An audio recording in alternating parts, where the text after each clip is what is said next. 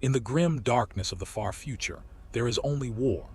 Yet even in the endless night of the 41st millennium, there are those who still seek the light of truth, archivists and historians who delve into the buried secrets of an empire built upon 10,000 years of blood and sacrifice.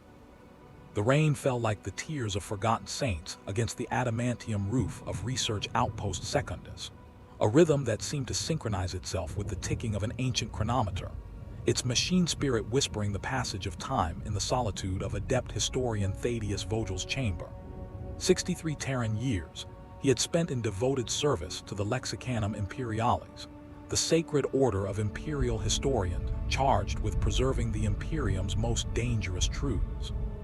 For the last 17 of those long years, this small, fortified outpost on the frontier world of New Ithaca had been his hermitage, his bastion of knowledge, standing defiant against the tide of ignorance and myth that threatened to drown the very memory of humanity's greatest champions. Vogel had allowed the calming percussion of the rainfall to pull him deep into contemplation. His thin, age-spotted fingers traced the worn surface of a gold band clutched in his right hand, a gift from Magos Demetrius during his apprenticeship, a lifetime ago, when hope had burned brighter and truth had seemed less perilous to pursue. The inscription, etched in elegant high Gothic script, read, Veritas est salus, truth is salvation.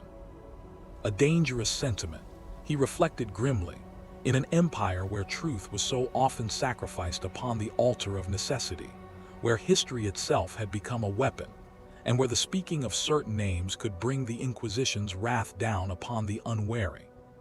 Truth is indeed salvation, he whispered to the empty room, his voice barely audible above the rain. But salvation always demands a price. He adjusted the small brass luminator that cast a warm amber glow across his cluttered desk, a pool of light in the gathering darkness. The light caught motes of dust dancing through the stale air, mingling with the familiar scents of aged parchment, sacred preservative oils, and the faint ozone tang of the electro wards that protected his most valuable texts from the ever-present threat of vermin decay, and the slow entropy that claimed all things in this dying age.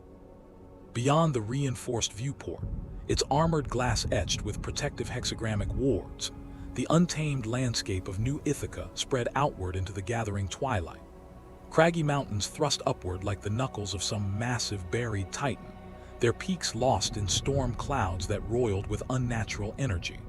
Short, tough grass of emerald green clung stubbornly to the rocky soil, bending beneath the weight of the evening rain. In the far distance, the lights of Hab settlement Tertius glimmered faintly, a small island of human habitation in the vast wilderness, struggling to exist on this marginal world at the very edge of imperial space. Vogel could not help but see it as a metaphor for the Imperium itself, a flickering light of civilization in an uncaring cosmos, surrounded on all sides by darkness, Xeno's horrors, and the ever-present threat of chaos. One strong wind, one moment of weakness, and that light could be extinguished forever. The old historian sipped from his earthenware cup, savoring the bitter warmth of the recaf, a small luxury in this remote posting, one of the few he permitted himself.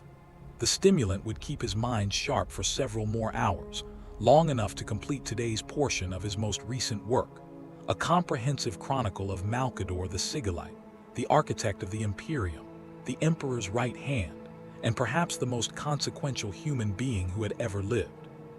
Scattered across his desk lay the fruits of decades of painstaking research, data slates containing fragments of administrative records from the Great Crusade, their data partially corrupted by age and deliberate redaction.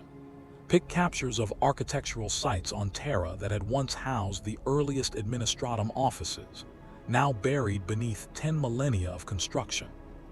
Transcripts of inquisitorial interviews with individuals who claimed ancestral memories of the Unification Wars, their testimonies fragmentary and often contradictory.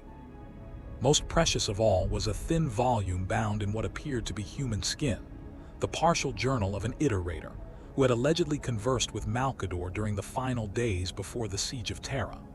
The text was written in a cipher that had taken Vogel 3 years to partially decode, and even now whole sections remained frustratingly opaque. The Vox unit in the corner crackled occasionally with atmospheric interference, breaking the silence with bursts of white noise. Each time, Vogel glanced up momentarily, reminded that even here, hundreds of light years from the heart of the Imperium, he was not truly alone. The Emperor's reach was long, and his servants were many. Once per standard month, a transport ship would arrive bearing supplies, new research materials, and, most crucially, cryptic instructions from his handlers within the Ordo Malleus. They had commissioned this work years ago. Dozens of historians had contributed to it before him, and dozens more would likely continue after his bones had turned to dust and his name had been forgotten by all save the record keepers of the Administratum. The complete chronicle would never be published, never be read by ordinary imperial citizens. It was knowledge for knowledge's sake, or perhaps, as Vogel sometimes permitted himself to imagine in his more hopeful moments, for some future crisis when understanding the true nature of the Emperor's most trusted servant might prove crucial to humanity's survival. A draft of cold air slipped through the imperfect seal of the hab block, causing the parchment sheets to flutter slightly. Vogel weighted them with a small chunk of polished obsidian, a fragment from the ruins of what might once have been a pre-heresy shrine. The chill raised gooseflesh on his thin arms, reminding him of his own mortality, of how little time he had left to complete this sacred work. Dipping his quill into the inkwell, filled with deep midnight blue pigment, a rare ink derived from the native flora of New Ithaca and costing a small fortune to produce, Vogel began the day's writing. The scratching of nib against parchment joined the patter of rain and the ticking of the chronometer in a comforting harmony of purpose. What manner of man was Malcador the Sigillite? He wrote, the elegant script flowing from decades of practice.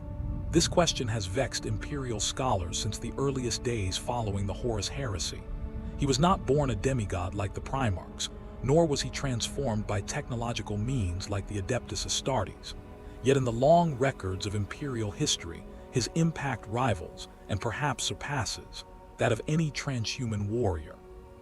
Vogel paused, glancing at the small, tarnished silver aquila that hung above his workspace. The twin-headed eagle, symbol of the Imperium for 10 millennia, watched over his labors with blind metal eyes. Was there approval in that sightless gaze, or judgment? The historian could never decide. From the small heating unit in the corner came the soft hum of ancient technology, still functioning after all these years despite the slow degradation that afflicted all things in this decaying age. The familiar sounds and scents grounded him, connecting this moment to all the days and nights that had come before. The countless hours spent piecing together fragments of a life 10,000 years past, trying to resurrect from the ashes of history the man who had stood in the shadow of the God Emperor himself. He thought of Malcador, that enigmatic figure who had shaped an empire from behind a veil of secrecy. Had the Sigillite ever paused in his labors, ever questioned the weight of responsibility upon his shoulders? Vogel doubted it. In that, if nothing else, the old historian aspired to emulate his subject, to serve without complaint, to labor without recognition, to sacrifice everything for the preservation of truth. Outside, the rain intensified, drumming against the roof with greater urgency. The wind picked up, whistling around the corners of the outpost like the wailing of lost souls. But within, all was calm, orderly, purposeful. Vogel wrote on, lost in contemplation of another time, another storm, when the fate of all mankind had rested upon the shoulders of a seemingly ordinary man who had proven himself, in the end, to be anything but ordinary. Chapter 1. The Accounting of the Hero. This is the chronicle of Malcador the Sigillite, regent, lord, kingmaker, final guardian of ancient Terra, and architect of the Imperium that endures to this day. This is the accounting of the hero. From the historical chronicles of the Imperial Palace, compiled by Adeptus Historicus Quintus Varn. Imperial Archives 561 M41. The events of the 31st millennium that ended in the interment of the God Emperor upon the Golden Throne are well documented in imperial histories, though many critical details remain obscured by the passage of time and by deliberate redaction ordered by the Ordo Malleus.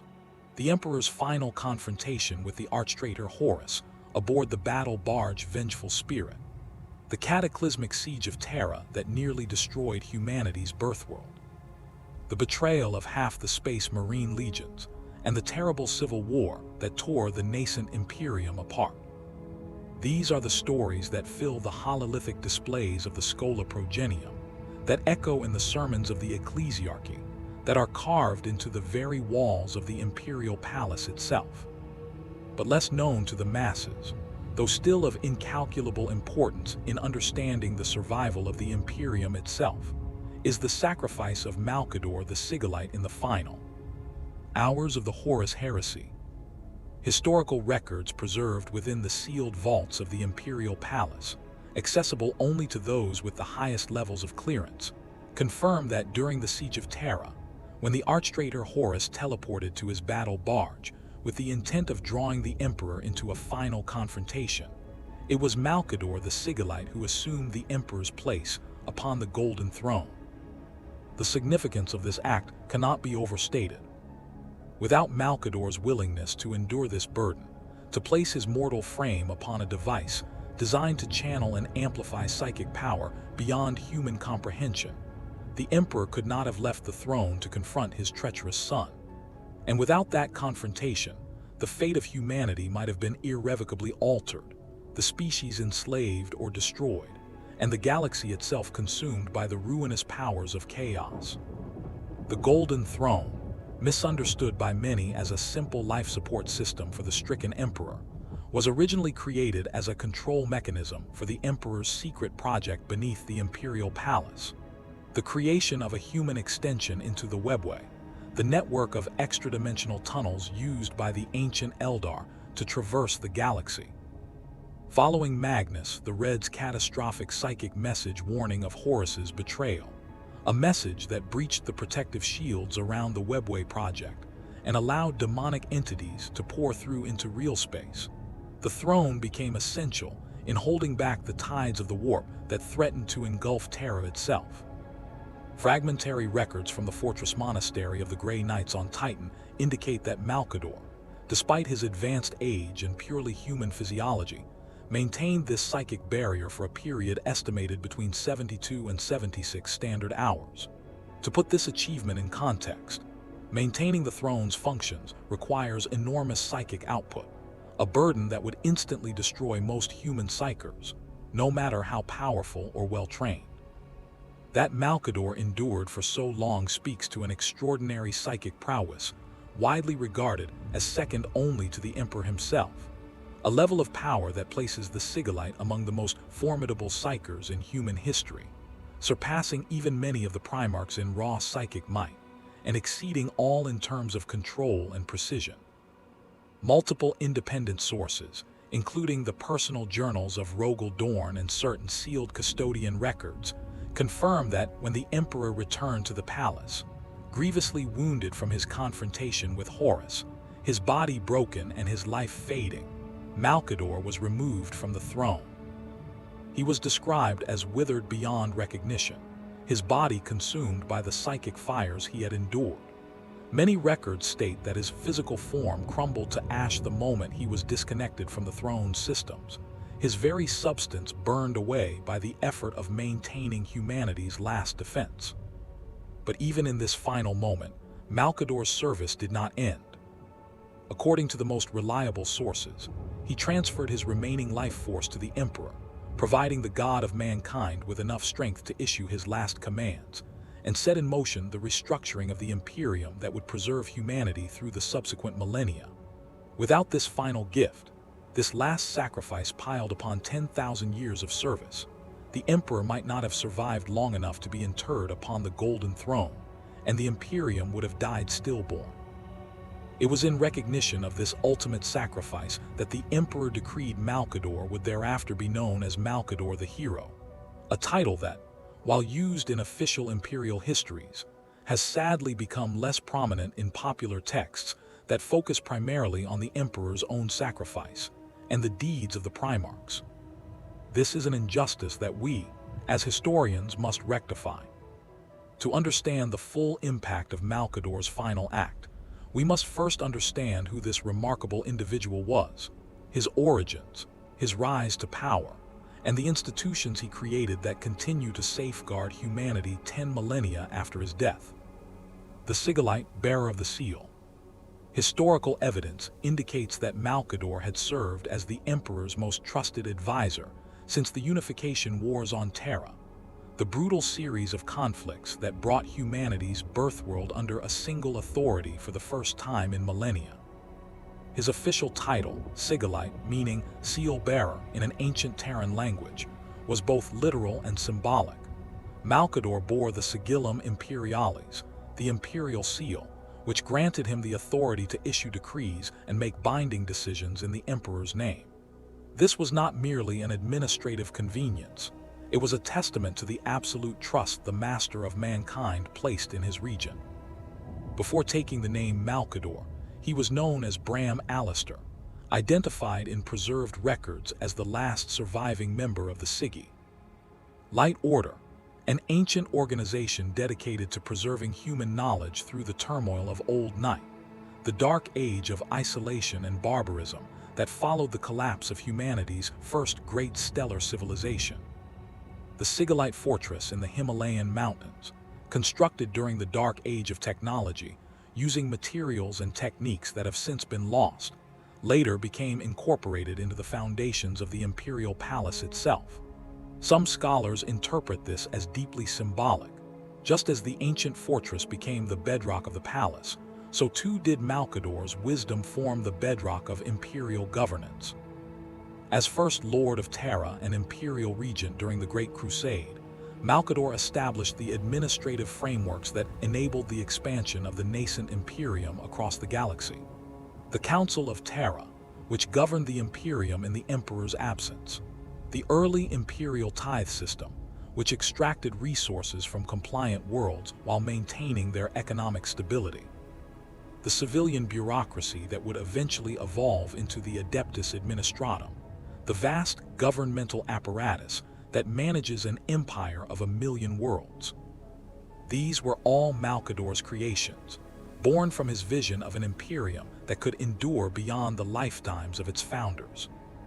Less publicly acknowledged, but confirmed in sealed inquisitorial archives accessible only to those with Vermilion-level clearance or higher, is his founding of the Officio Assassinorum, the secretive organization of specialized killers who eliminate threats to the Imperium that cannot be addressed through conventional military means.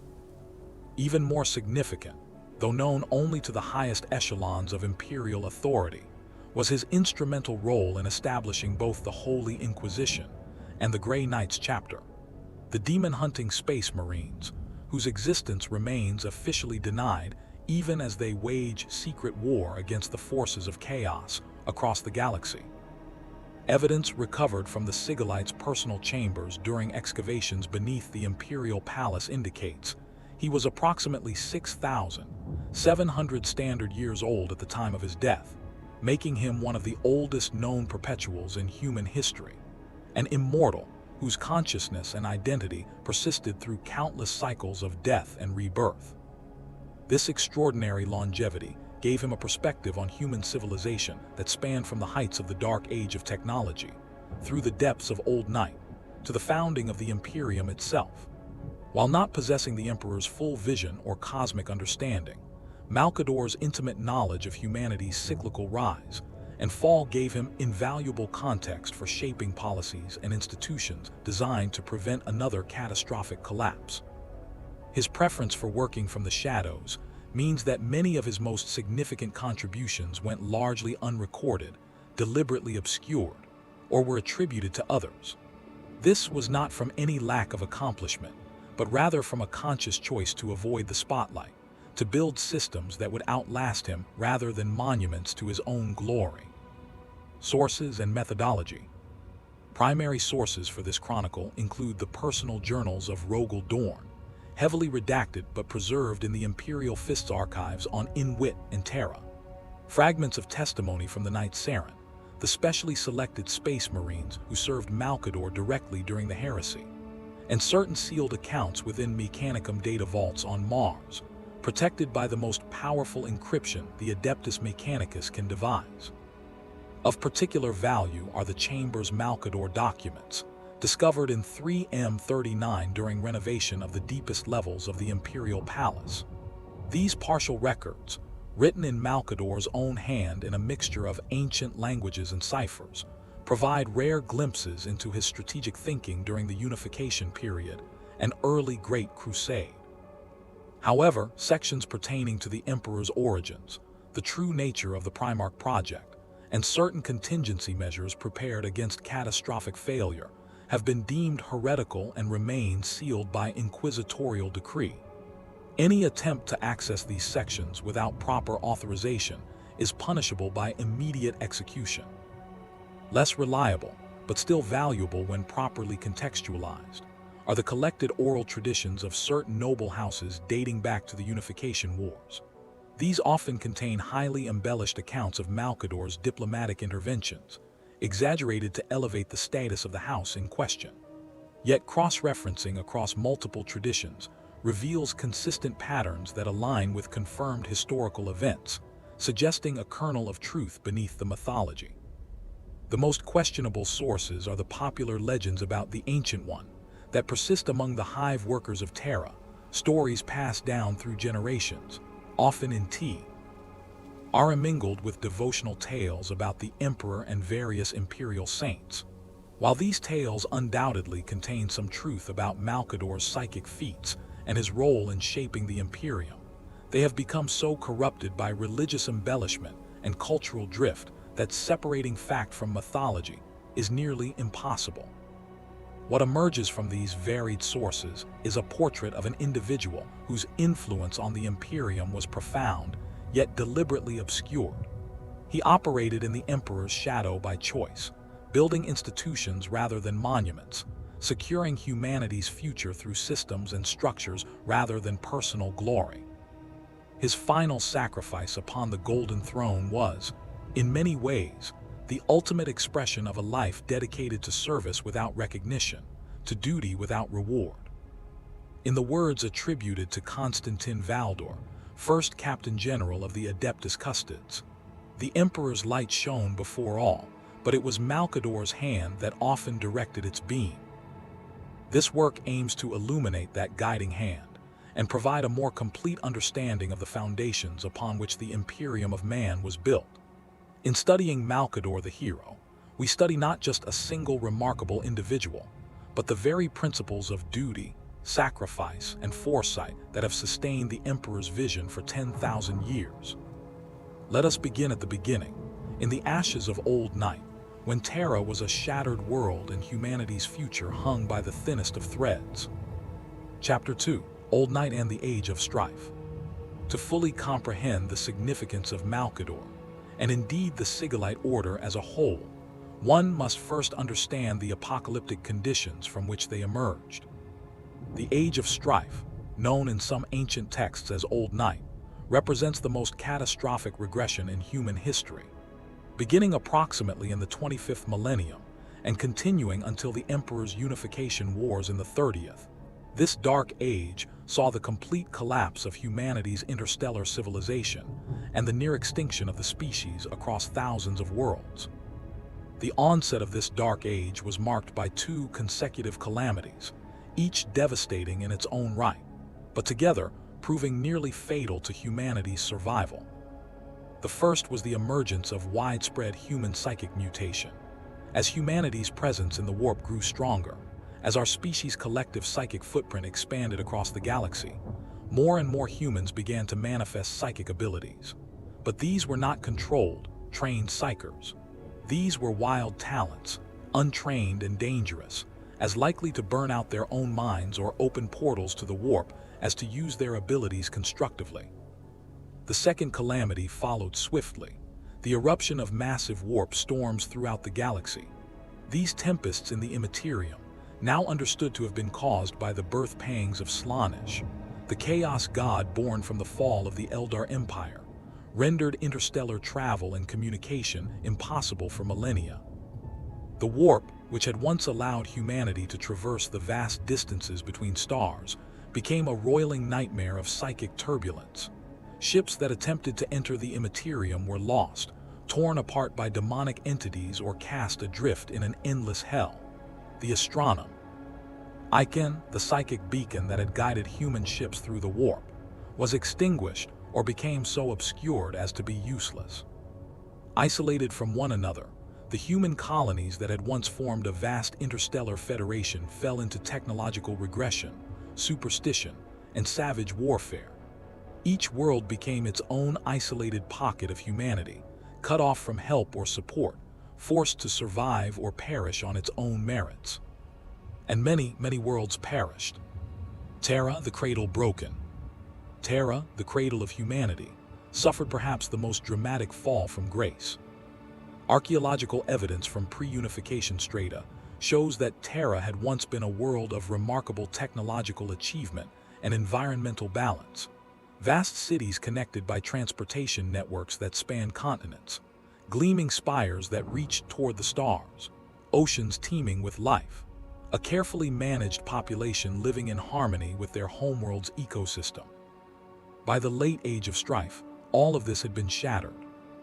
Terra had devolved into a patchwork of warring techno-barbarian states, fighting over dwindling resources on a planet whose biosphere had been devastated by nuclear, chemical, and biological warfare. The continent-spanning hive cities, many of which would later form the foundation of imperial governance, had become isolated fortress states, each ruled by warlords who commanded fragments of Dark Age technology they barely understood. The oceans had been reduced to vast, toxic chemical sinks, so polluted that nothing could survive in their depths.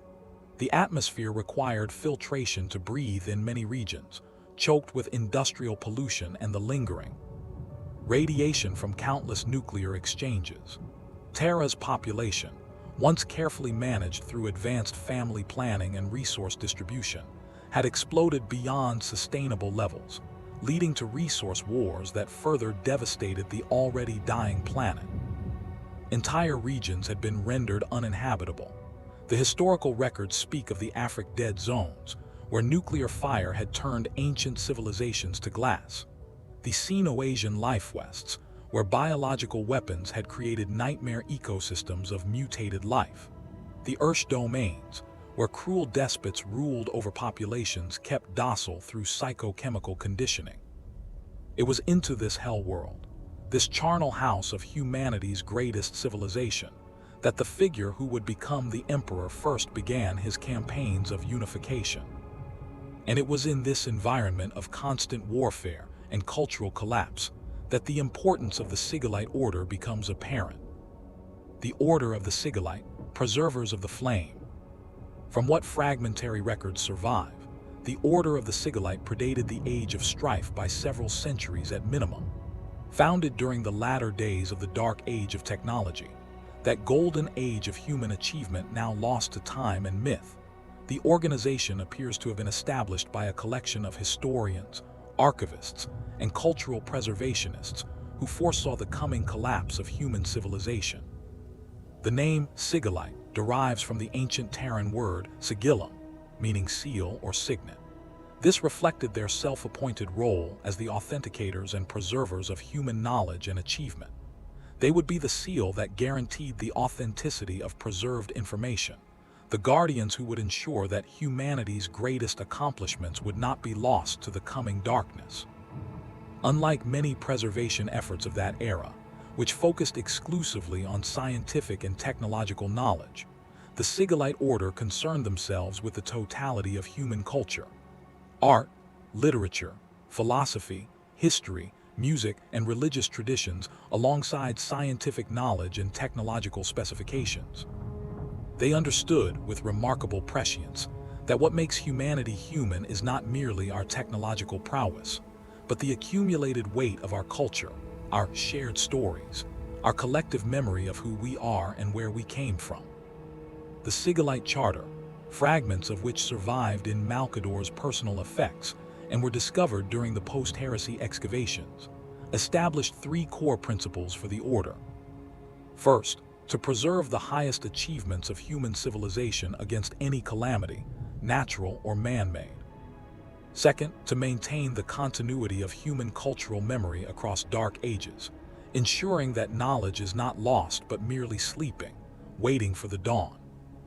Third, to reintroduce preserved knowledge when conditions allow civilization to flourish again, serving as teachers and guides to help humanity reclaim its birthright. There is evidence to suggest that the Sigillite Order established repositories on multiple worlds throughout human-settled space, creating a distributed network of knowledge that could survive even the complete destruction of any single world. As the age of strife progressed and warp travel became impossible, all contact between these various branches was lost. The Terran branch, based in the natural fortress of the Himalayan mountains, would become the only definitively confirmed survival of the Order. Whether other branches survived on distant worlds, maintaining their vigil through the long night, remains unknown. If they existed, they have left no trace that has yet been discovered. Bram Alistair, the Last Keeper. Linguistic analysis of the name Bram Alistair suggests origins in the regions once known as the Middle East or Central Asia, though the name may have been adopted rather than given at birth, a common practice among the learned classes of the late Dark Age of technology. The literal translation approximates to Abraham the Green, or Abraham the Verdant in ancient Terran languages, potentially a reference to his role as a keeper of growing knowledge, a gardener of wisdom in an age of cultural death. According to the Chamber's Malcador documents, Alistair joined the Order of the Sigillite approximately 400 years before the worst warp storms isolated Terra from the rest of human-settled space.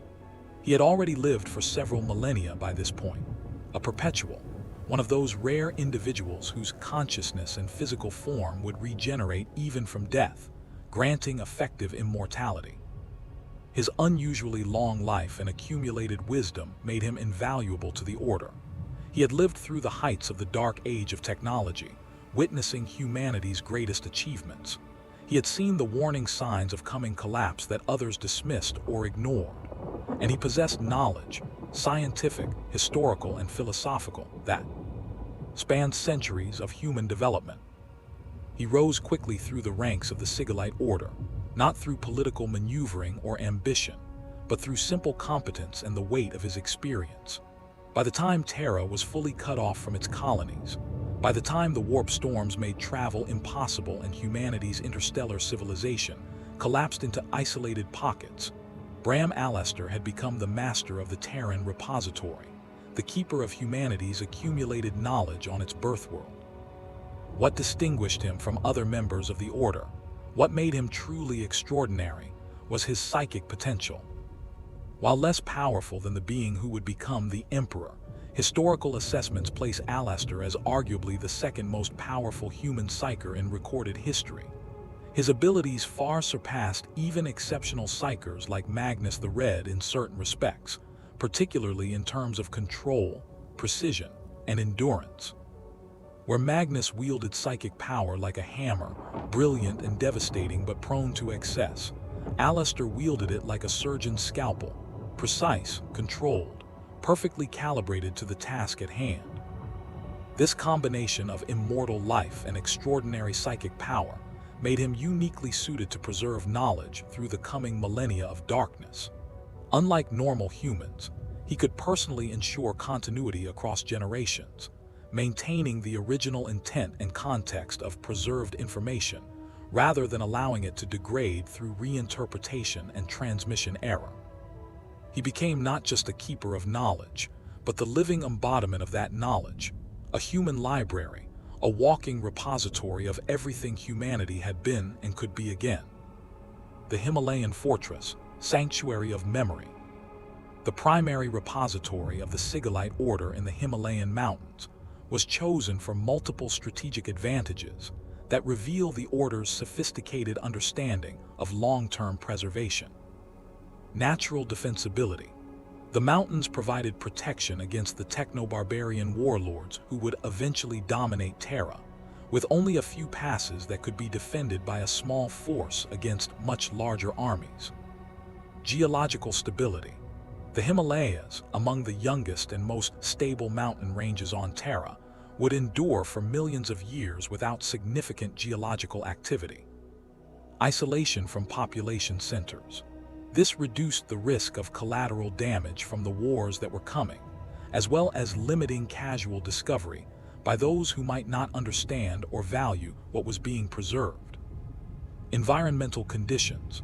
The cold, dry mountain air naturally preserved organic materials, slowing decay and extending the life of physical documents and artifacts. Archaeological excavations conducted during the Great Crusade era, then sealed thereafter by imperial decree, show that the original structure appears to have been constructed during the Dark Age of technology, utilizing advanced materials and construction techniques that have since been lost. Walls that could shrug off nuclear strikes. Environmental control systems that required no external power source. Data storage crystals that could preserve information for millions of years without degradation. The fortress was expanded numerous times throughout its history, eventually covering approximately 20 square kilometers of mountain terrain, with significant portions extending deep into the mountains themselves. Vast underground chambers carved from living rock, protected from the worst that Terra's surface could endure. The fortress was divided into specialized repositories, each dedicated to preserving different aspects of human achievement. The Bibliotheca Historica was the largest section, containing historical texts, cultural records, and literary works from across human space.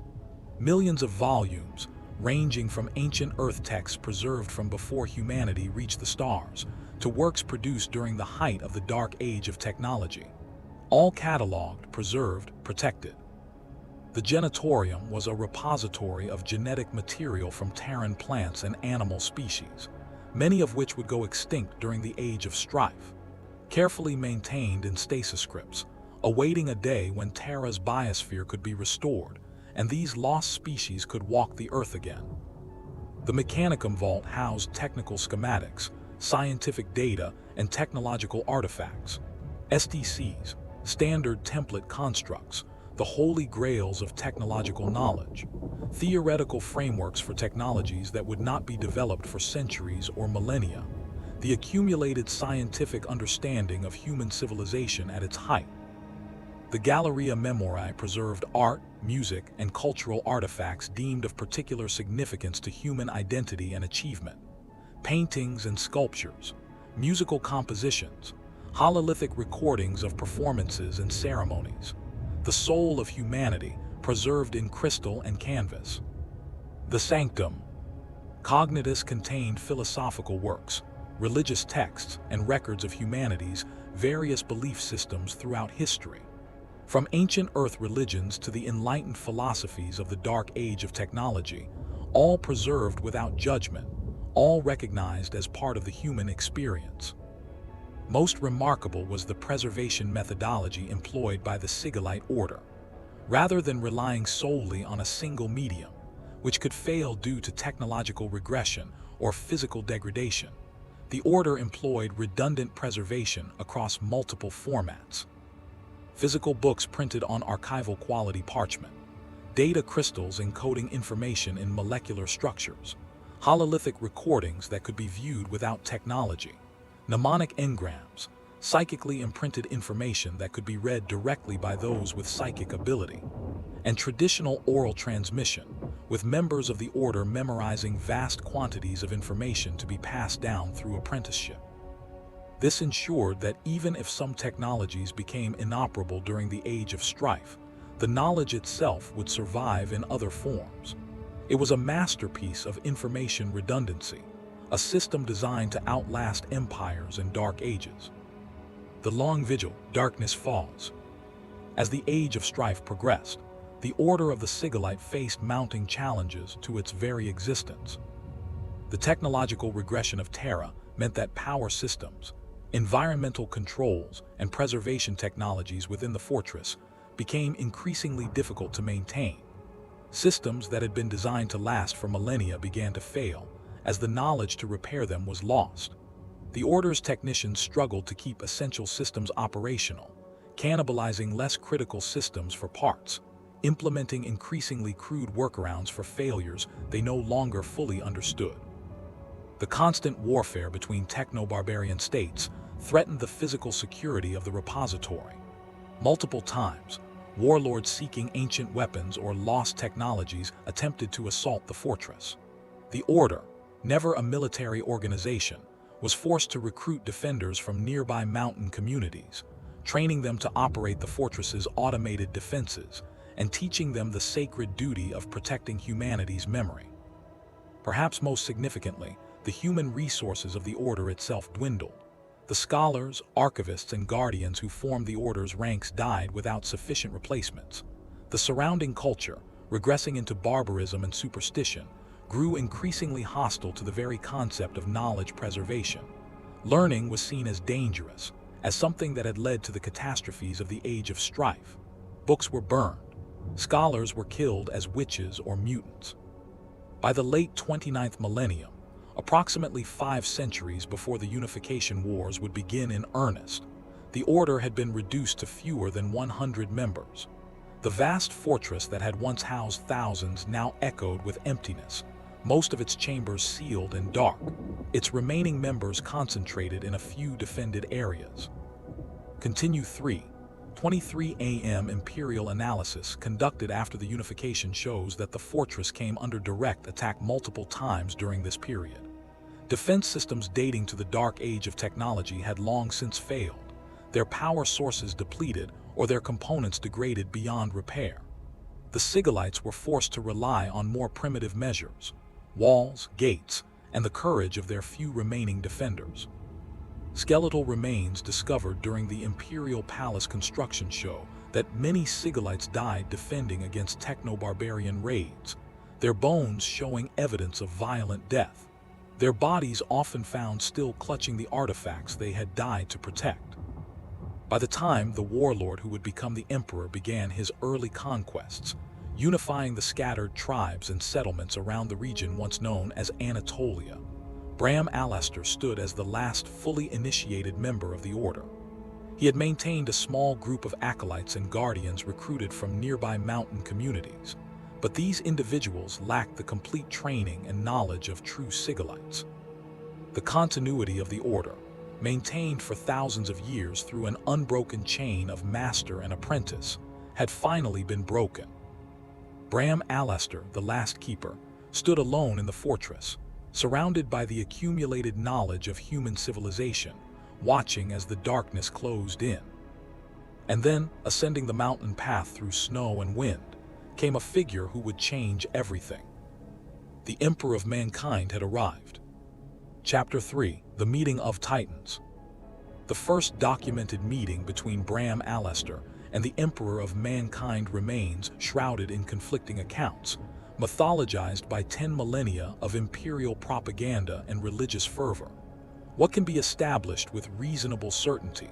Pice and G together fragmentary records, cross-referencing contradictory sources, and applying rigorous historical analysis, is that this meeting occurred approximately 798 years before the completion of the Unification Wars, during the Emperor's early consolidation of power in the regions once known as Asia.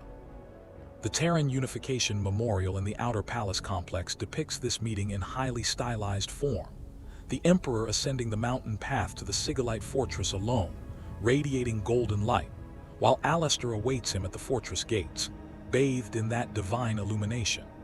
It is a beautiful image, rich with symbolism about the meeting of past and future, knowledge and power, mortality and divinity. The reality was almost certainly less dramatic, but no less significant. According to more reliable military records from this period, the Emperor was likely accompanied by an early cohort of proto-custodian guards, the gene-enhanced warriors who would eventually become the legendary Adeptus Custodes.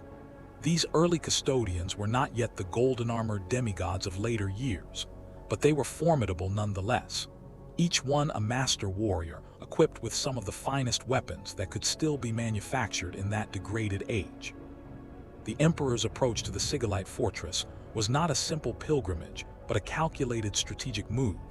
He had been consolidating his power across Terra for centuries, slowly and methodically bringing techno-barbarian warlords to heel, forging alliances with those who would bend the knee, and utterly destroying those who would not. He had heard rumors of the mountain fortress, of the ancient knowledge it contained, of the mysterious guardians who defended it against all comers. And most importantly, he had sensed the psychic presence of Bram Alistair, a beacon of controlled power in a world drowning in chaos and wild, undisciplined psychers. What transpired during that first meeting has been the subject of intense scholarly debate for 10 millennia. The official imperial account, as depicted in the memorial, suggests that Alistair immediately recognized the Emperor's divine nature and swore fealty without hesitation. Other sources, particularly those derived from fragments of Malcador's own writings discovered in later centuries, suggest a more complex and nuanced encounter. According to these fragmentary records, partial transcripts of conversations the Emperor had with his earliest advisors, it was during this first meeting that Alistair suggested the title Emperor to the then warlord who had united much of Terra under his banner. The transcript, authenticated by multiple independent sources, quotes Alistair as saying, "You seek to unite humanity, not merely conquer it. History tells us that those who achieve such unification are remembered not as kings or dictators, but as emperors. You would be not just the ruler of Terra, but the emperor of mankind." This was not mere flattery, but a calculated appeal to the warlord's vision and ambition. Alistair, having studied the rise and fall of empires across millennia of human history, understood the power of titles and symbolism. A king ruled a kingdom. A dictator ruled through force alone. But an emperor ruled by right of destiny, by the mandate of history itself. What is certain is that following this meeting, Alistair, now beginning to use the name Malcador, adopting the title of his ancient order, became one of the Emperor's most trusted advisors. His knowledge of pre-strife Terra proved invaluable in the early unification campaigns, providing insights into forgotten technologies, lost geographical features, and the cultural histories of regions the Emperor sought to bring into compliance. Malcador could tell the Emperor which techno-barbarian warlords were descended from ancient noble houses and might respond to appeals to their heritage. He could identify sites where Dark Age technology might still be cached. He could predict which populations would resist most fiercely, and which might be won through diplomacy rather than force. More significantly, Malcador appears to have provided the Emperor with complete access to the full repositories of the Sigillite fortress. Inventory records from this period show a systematic evaluation of the preserved knowledge, with particular attention paid to scientific and technological information that could aid the unification efforts. The genetic samples from the Genitorium repository were transferred to newly established Imperial biological research facilities. These samples would later contribute to terraforming efforts, to the restoration of Terra's devastated biosphere, and according to some heavily redacted sources, to the Emperor's secret genetic researches that would eventually produce the Primarchs and the Space Marine Legions. Technical schematics from the Mechanicum Vault were analyzed and, where possible, used to recreate lost technologies. Small weapons, power armor, grav vehicles, the technologies that would give the Emperor's forces a decisive advantage over the techno-barbarian warlords who opposed him. The alliance between these two ancient beings, both possessing extraordinary psychic abilities, both having witnessed the rise and fall of human civilization, would prove to be one of the most consequential partnerships in human history. From it would emerge the administrative, cultural, and philosophical foundations of the Imperium that endures to this day. In the decades that followed their meeting, Malcador would transition from the role of keeper of humanities past to architect of its future. The last Sigillite would become the first Lord of Terra, bringing the preservation ethos of his ancient order into the construction of an empire intended to span the stars once more. A note on redacted materials. It is worth noting that substantial sections of the historical record regarding conversations between Malcador and the Emperor concerning the nature of the warp, the true origins of the Emperor himself, and certain activities of the Sigillite order during the darkest days of the Age of Strife, have been redacted by order of the Ordo Malleus. Access to these complete texts requires clearance level Alpha Primus. a classification so restricted that fewer than a dozen individuals in the entire Imperium possess it at any given time. The reasons for this redaction remain classified. We can only speculate that the information contained in these sealed sections pertains to knowledge deemed too dangerous for general dissemination, knowledge that might shake the faith of the faithful or provide ammunition to the enemies of mankind. As historians, we must acknowledge these gaps in the record while continuing our work of preserving and analyzing what information remains accessible. Chapter 4: The Unification Wars. The Unification Wars that brought Terra under the Emperor's rule in the late 30th millennium represent one of the most extensively documented periods of Imperial history. Chronicles of the Thunder Warriors' victories against impossible odds, the technological marvels unearthed from the vaults of Mars and pressed into service, the Emperor's personal triumphs against the barbarian warlords who had carved Terra into their personal domains. These stories fill volumes in the Imperial archives, are taught to every child in the Schola Progenium, and form the foundation of the Imperium's mythic self-understanding. Yet in these official histories, Malcador is often reduced to a footnote, the loyal advisor who stood at the Emperor's side, rarely speaking, never acting independently. A faithful servant, nothing more. This is a profound injustice to the historical record. Malcador was, in fact, the primary architect of the administrative and governmental systems that transformed the Emperor's military conquests into a sustainable empire. Without his work, the Unification Wars would have been merely another cycle of conquest and collapse, another warlord carving out a temporary domain before being overthrown by the next ambitious general. The Unification Wars lasted approximately 250 Terran years, beginning with the Emperor's first major victories in the Indonesian bloc, and concluding with the Treaty of Mars that brought the mechanicum of the Red Planet into Imperial compliance.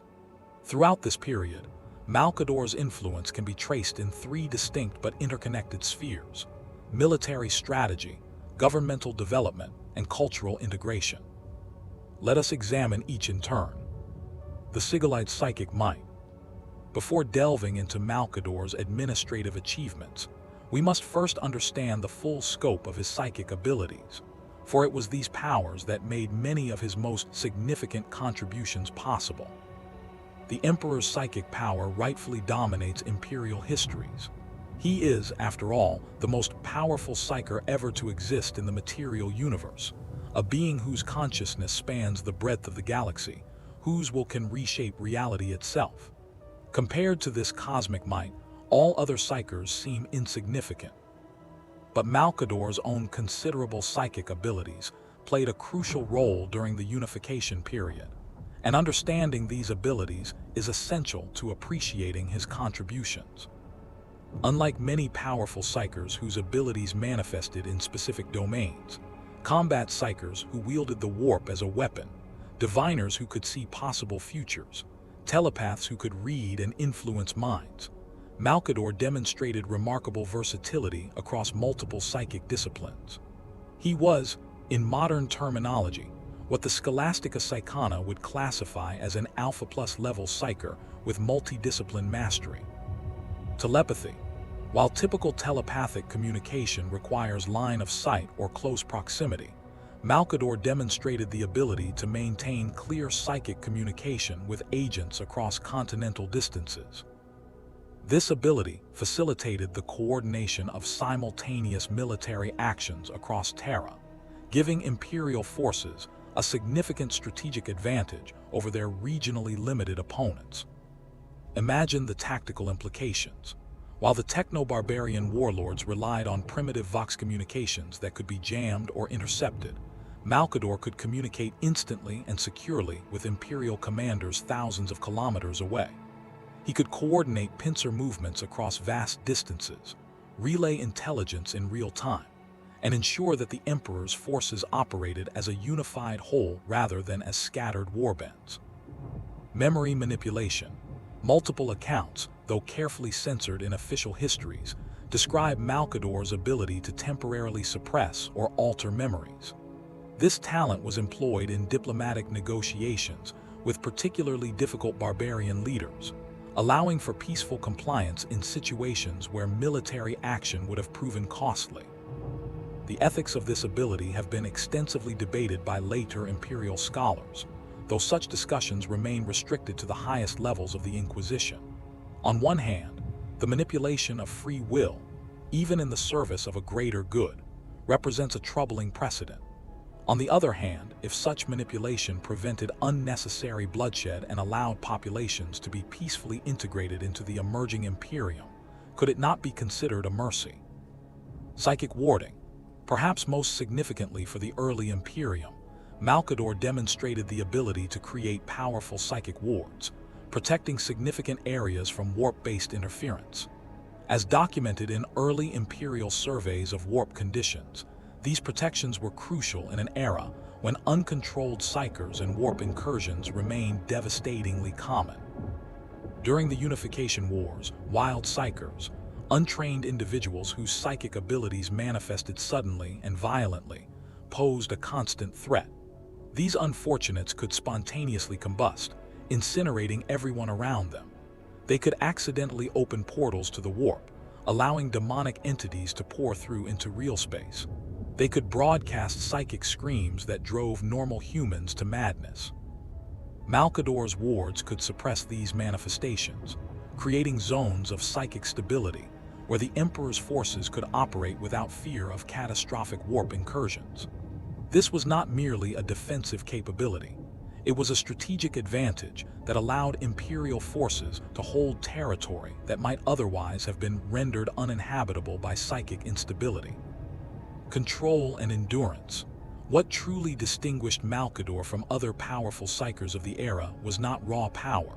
The Emperor, Magnus the Red, and several others exceeded him in this regard, but rather his perfect control and extraordinary endurance. Where many psykers of comparable strength faced mental instability, risked possession by warp entities, or burned out their own minds through overexertion, Malcador maintained flawless control for millennia. He could sustain psychic efforts that would have killed lesser psykers within hours, and he did so without apparent strain, without the madness that claimed so many of his kind. This combination of power, versatility, control, and endurance made him second only to the Emperor himself in psychic might, a living weapon of extraordinary capability, albeit one whose true power was rarely displayed openly. Military contributions. While Malcador's primary role during the Unification Wars was administrative and diplomatic, there were several critical junctures where his direct intervention proved decisive. Imperial military documents, many of them sealed and accessible only to the highest-ranking officers of the Astra Militarum and the Adeptus Astartes, outline these interventions in careful detail. The Siege of Gaduare Hold. During the prolonged siege of this Nord-Afric fortress, Imperial forces became trapped in the labyrinthine tunnels beneath the stronghold. The techno-barbarian defenders, intimately familiar with the tunnel network, had collapsed key passages and were systematically hunting down isolated Imperial squads in the darkness. Malcador is recorded as having established telepathic links with each squad commander simultaneously, a feat requiring him to maintain dozens of separate psychic communications, while also processing incoming tactical information and formulating an overall strategy. Through this network, he coordinated their movements with perfect precision, guiding them through the maze of tunnels, directing them away from ambushes, and ultimately enabling a synchronized breakthrough that captured the previously impregnable fortress in a single day. The siege, which might have dragged on for months and cost thousands of Imperial lives, was concluded in mere hours. The Battle of the Caucasus Wastes, when a previously unknown weapon, later identified as an archaeotech disruptor field, from the dark age of technology, was deployed by the forces of the Shakleshan despot. It threatened to annihilate the entire Imperial vanguard. The weapon created a field of destructive energy that tore apart matter at the molecular level, an expanding sphere of annihilation that consumed everything in its path. Malcador reportedly created a psychic barrier that contained the weapon's effects long enough for Imperial forces to withdraw and regroup.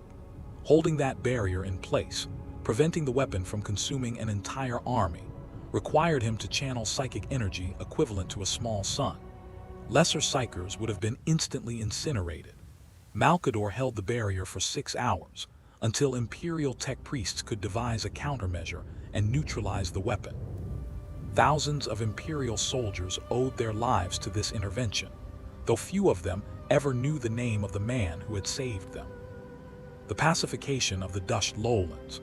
This represents one of the few occasions where Malcador directly employed his psychic abilities in an offensive capacity. The ruling witch judges of Dutch, users of forbidden psychic technologies that augmented their natural abilities with archaeotech implants, had rejected all diplomatic overtures and were preparing to deploy a psychic plague that would have killed millions. When negotiation failed, Malcador engaged their leader, the High Witch Judge Kayla Nern, in what records describe as a battle of minds. The conflict took place on both the material and psychic planes simultaneously. Physically, the two remained motionless, but in the warp, their consciousnesses waged war across impossible geometries of thought and will. The battle lasted 3 days and 3 nights. When it concluded, Kayla Nern had been completely neutralized, her mind rendered inert, her body catatonic. Without their leader, the other witch judges surrendered, and the Dutch lowlands were peacefully integrated into the growing Imperium.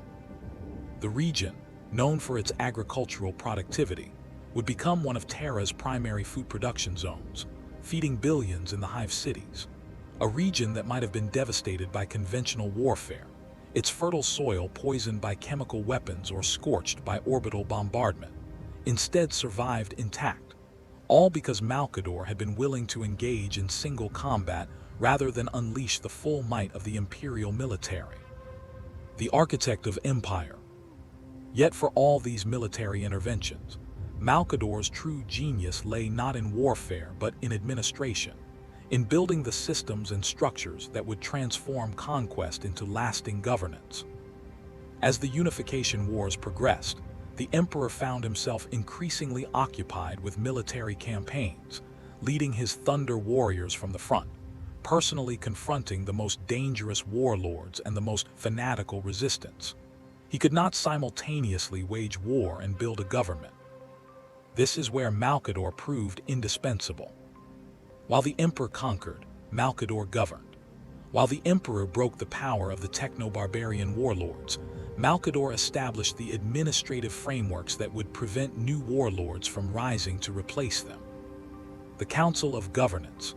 Malcador established this body early in the Unification Wars as a centralized authority to manage newly compliant territories, rather than allowing each conquered region to continue under its previous government, which would have preserved local power structures and potential sources of future rebellion. The council imposed uniform imperial administration. Local governors were appointed based on merit and loyalty rather than heredity. Tax collection was standardized. Legal codes were harmonized. Infrastructure projects were coordinated across regional boundaries. Slowly, painfully, the patchwork of warring states was transformed into the beginnings of a unified planetary government. The Legion Administrative Corps. As the Thunder Warriors expanded across Terra, Malcador recognized that military conquest created immediate administrative challenges. Newly compliant populations needed food, water, shelter, medical care, and a sense of order. Without rapid stabilization, conquered territories would descend into chaos, requiring reconquest. Malcador established specialized administrative units that followed closely behind the military forces. These units, staffed with trained bureaucrats, engineers, medical personnel, and logisticians, could rapidly establish basic governance in conquered territories. They would arrive in the wake of the Thunder Warriors' advance, assess local conditions, establish supply distribution, begin infrastructure repairs, and implement imperial law. This innovation, treating conquest and administration as integrated phases of the same operation, rather than separate, sequential actions, would become a cornerstone of imperial military doctrine during the Great Crusade and beyond. The tithe system. Perhaps Malcador's most significant administrative innovation was the establishment of the imperial tithe system. This carefully calibrated system of resource extraction was designed to provide the emperor's forces with the materials needed to continue the unification wars, while not crushing the economies of newly compliant regions. The tithe varied based on a region's productive capacity, technological level, and strategic importance. Agricultural regions tithed food, industrial zones tithed manufactured goods, mining settlements tithed raw materials, and critically, the tithe was designed to be sustainable, extracting surplus production rather than stripping territories bare. This stood in stark contrast to the predatory practices of many techno-barbarian warlords who had exploited conquered territories until they were exhausted, then moved on to new conquests. Malcador understood that sustainable empire required sustainable economics. Cultural integration programs. Military conquest could unite Terra by force, but lasting unity required cultural integration. Malcador established programs designed to create a shared imperial identity that transcended regional, ethnic, and historical divisions. The imperial language, based on ancient Gothic with standardized grammar and vocabulary, was promoted as the common tongue of governance and commerce. Imperial schools were established to educate the children of newly compliant territories, teaching not just literacy and technical skills, but also a shared historical narrative that emphasized humanity's unity and common destiny. Imperial holidays and festivals were created to replace or supplement local traditions, gradually building a sense of shared culture. And perhaps most importantly, Malcador promoted the concept of service to Terra as the highest virtue, the idea that individual and regional interests should be subordinated to the greater good of humanity's unified homeworld. These programs were not imposed through force alone, though force was certainly available when necessary. Rather, Malcador understood that people needed positive reasons to embrace imperial identity, not just fear of consequences for rejecting it. He offered education, economic opportunity, social mobility based on merit, and most importantly, stability after centuries of constant warfare. Slowly, grudgingly, the disparate populations of Terra began to see themselves not as members of isolated tribes or regions, but as Terrans, citizens of a unified world, subjects of the Emperor, participants in a grand project to restore humanity to greatness. The Decree of Regency. As the unification wars drew to a close, circa 840 M30, the Emperor's attention increasingly turned toward the stars. The warp storms that had isolated Terra for millennia were beginning to abate, calming enough that warp travel was once again becoming possible. The scattered colonies of humanity, lost and alone for thousands of years, could finally be contacted and brought into compliance. The Great Crusade was about to begin. But the Emperor could not simultaneously lead the reconquest of the galaxy and govern Terra. The vast administrative apparatus that Malcador had built required constant oversight, constant adjustment to changing conditions.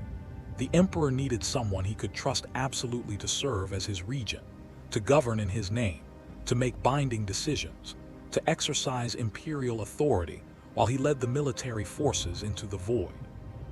There was only one possible choice. The Decree of Regency, preserved in the Sanctum Imperialis of the Imperial Palace, officially established Malcador as First Lord of Terra and regent in the Emperor's absence. This document, bearing the Emperor's personal seal and authenticated by biometric verification, granted Malcador unprecedented authority.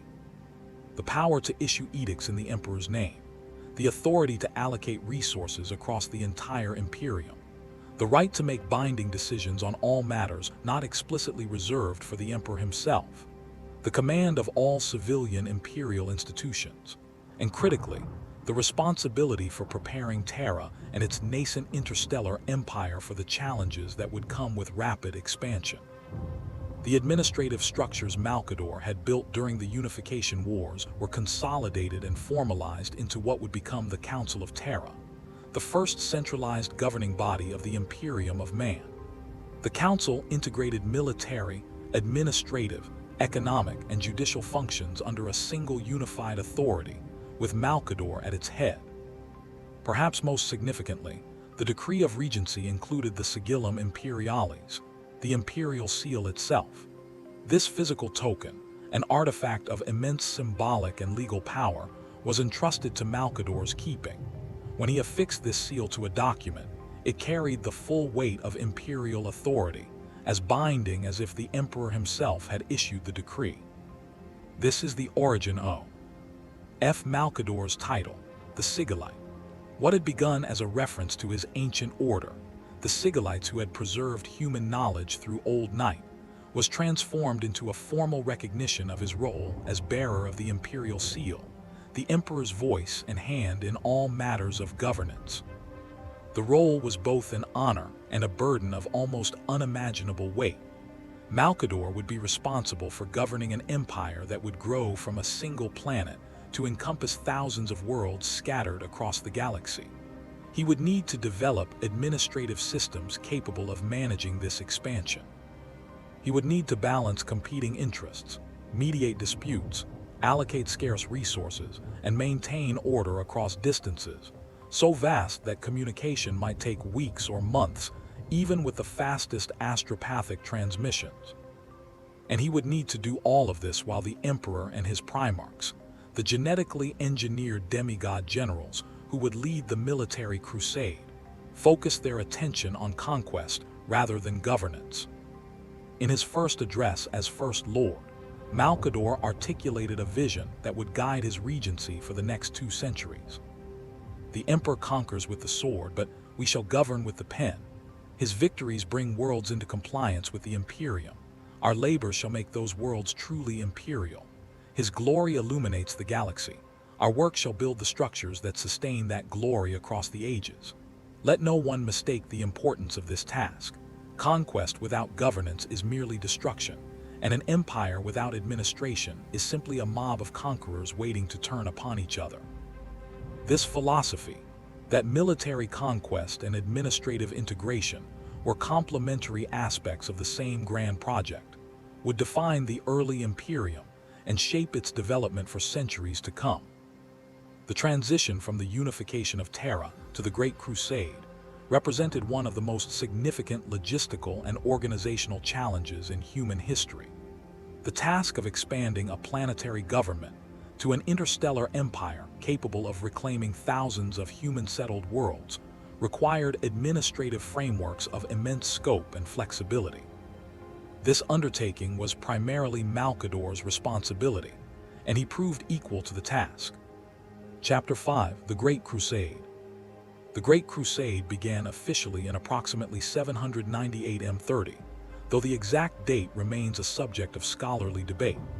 What is certain is that the Emperor, having unified Terra and secured the alliance of Mars through the Treaty of Olympus Mons, turned his gaze to the stars and saw a galaxy that had once belonged to humanity, now lost, fragmented, and desperate for reunification.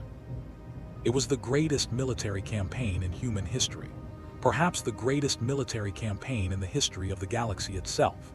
Thousands of expeditionary fleets, each one commanded by the Emperor's genetically engineered sons, the Primarchs, would surge outward from Terra in an ever-expanding wave of conquest and compliance. Worlds that had been isolated for 5,000 years would be brought back into the light of imperial truth.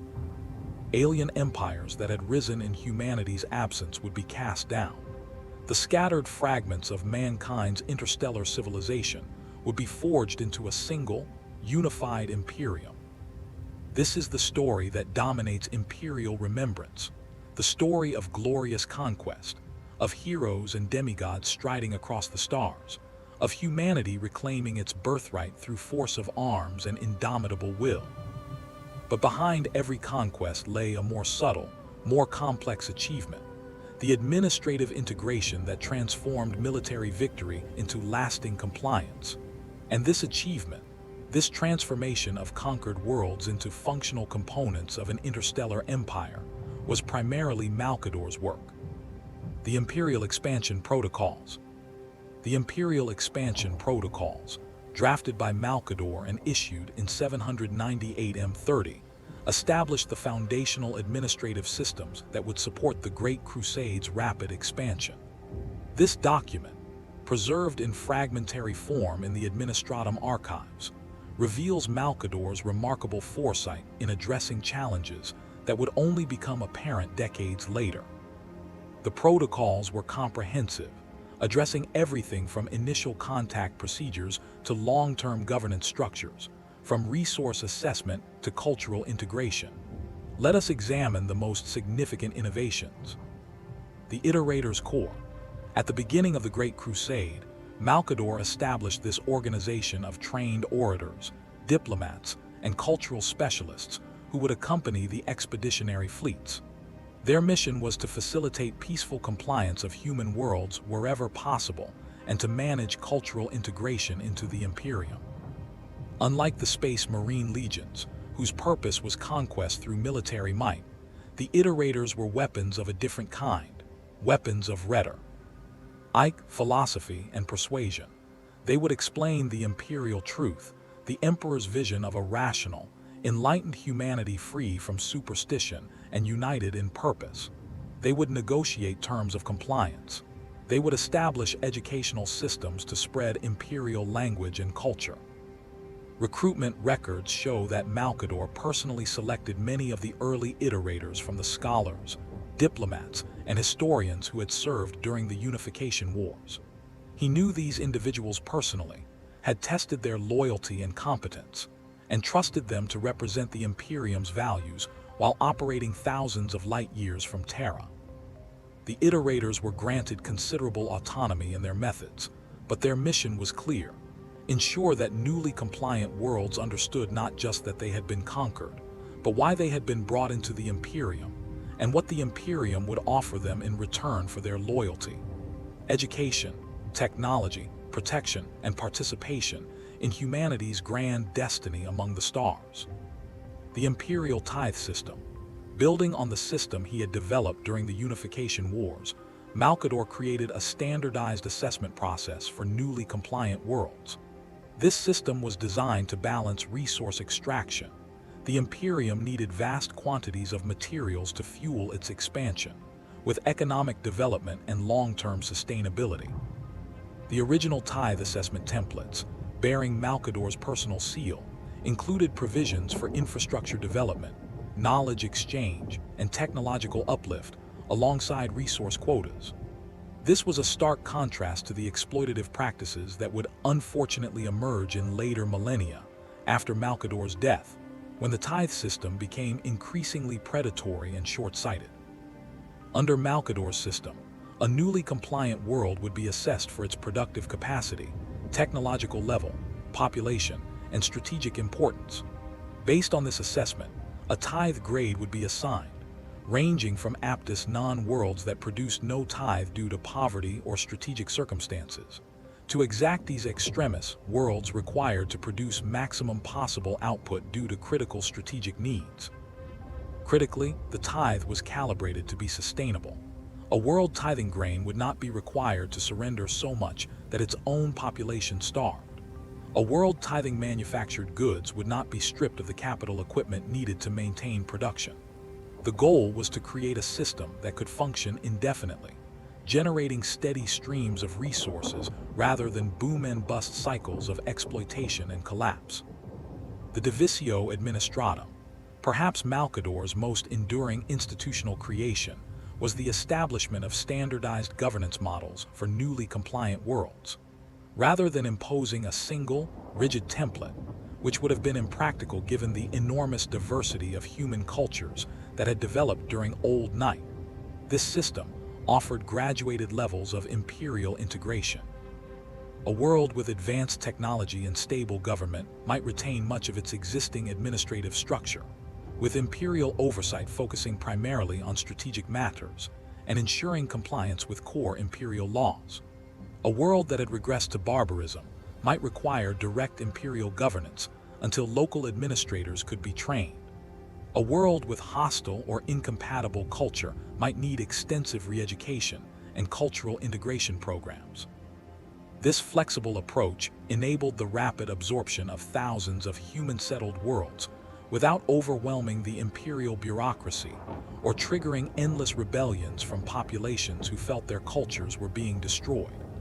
It was a masterpiece of administrative design, standardized in principle but adaptable in practice, creating unity while allowing diversity. The Divisio Administratum would eventually evolve into the Adeptus Administratum, the vast governmental apparatus that manages the Imperium's million worlds in the 41st millennium.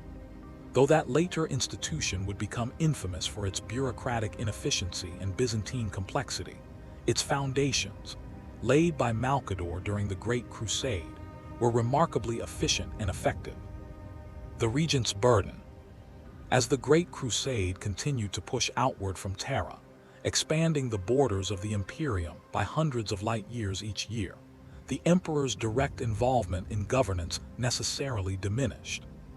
From 840 M30 onward, historical records show that the Emperor was physically present on Terra for less than 30 Terran days per standard year, spending the vast majority of his time leading expeditionary fleets or searching for his scattered primarchs, the genetically engineered sons who had been stolen from him by the Chaos Gods and scattered across the galaxy. This meant that the day-to-day governance of the Imperium, the endless decisions, mediations, resource allocatio, and crisis responses that any empire requires, fell almost entirely to Malcador. Contemporary accounts describe Malcador during this period as a man under extraordinary strain. He would work 18 to 20 hours per day, sleeping only when his body absolutely demanded it.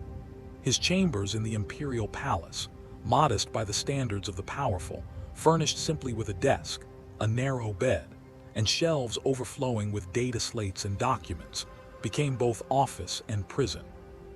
Astropathic messages arrived constantly from across the expanding Imperium, reports of successful compliances requiring administrative integration, requests for additional resources from expeditionary fleets, disputes between newly compliant worlds over borders or trade rights, reports of alien threats requiring military response, requests for guidance on how to handle unusual situations that the protocols had not anticipated.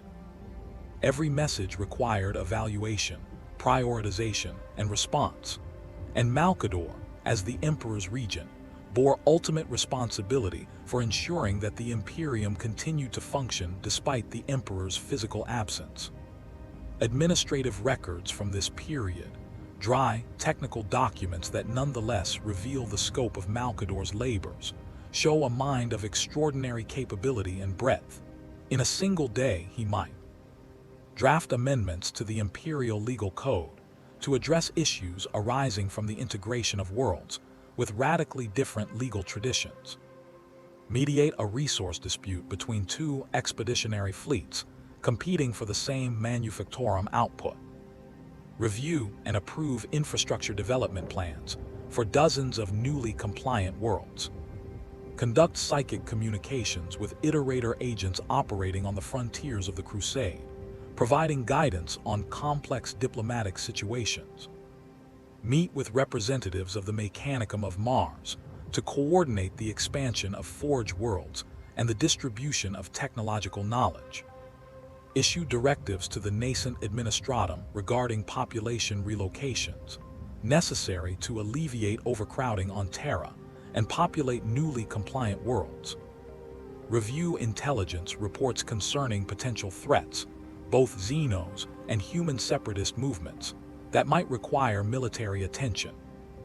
And after all this, late into the Terran night, he would return to his personal research, compiling historical records, studying the fragmentary accounts of humanity's previous rise and fall, searching for lessons that might prevent the Imperium from repeating past mistakes. Those who worked closely with Malcador during this period, the senior administrators, the iterator commandants, the military strategists, universally described him with a mixture of awe and concern. awe at his seemingly inexhaustible capacity for work, his ability to grasp complex issues instantly and formulate effective responses, his perfect recall of details from thousands of different situations across hundreds of worlds, and concern, because they could see the toll this burden was taking. Despite his nature as a perpetual, one of those rare individuals who should not age, who should regenerate from any injury, Malcador was visibly aging during this period. The stress of managing an interstellar empire, the constant psychic exertion required for long-distance communication, and the sheer weight of responsibility were overwhelming even his supernatural resilience. But Malcador never complained, never sought to reduce his workload or delegate responsibilities he felt he must personally handle. He had dedicated his existence to humanity's survival, and if that required him to work until his body failed, then so be it. As one observer noted in his private journal, the Sigillite drives himself as a man might drive a beast of burden, without mercy, without rest, without concern for the breaking point. He will die at his desk, I think, buried in data slates and astropathic transcripts, and he will consider this a good death if the Imperium survives him. The Primarchs, Sons and Challenges. While Malcador's primary responsibility during the Great Crusade was imperial governance, he also played a significant role in shaping the Primarchs as they were discovered and integrated into the Imperium.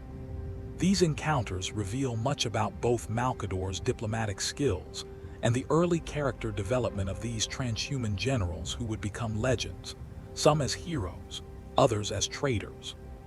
The Primarchs were the Emperor's genetic sons, created in his laboratories beneath the Himalayan mountains through arcane sciences that combined genetic engineering, bioalchemy, and warp craft. Each was designed to embody specific aspects of the Emperor's own nature, amplified and specialized for particular roles in the conquest and governance of the galaxy. But they had been stolen as infants by the ruinous powers of chaos, scattered across the galaxy to distant worlds where they would grow up in isolation, shaped by environments and decultures the Emperor had never intended. When the Emperor found them, one by one, over the course of decades, they were no longer blank slates to be molded according to his design.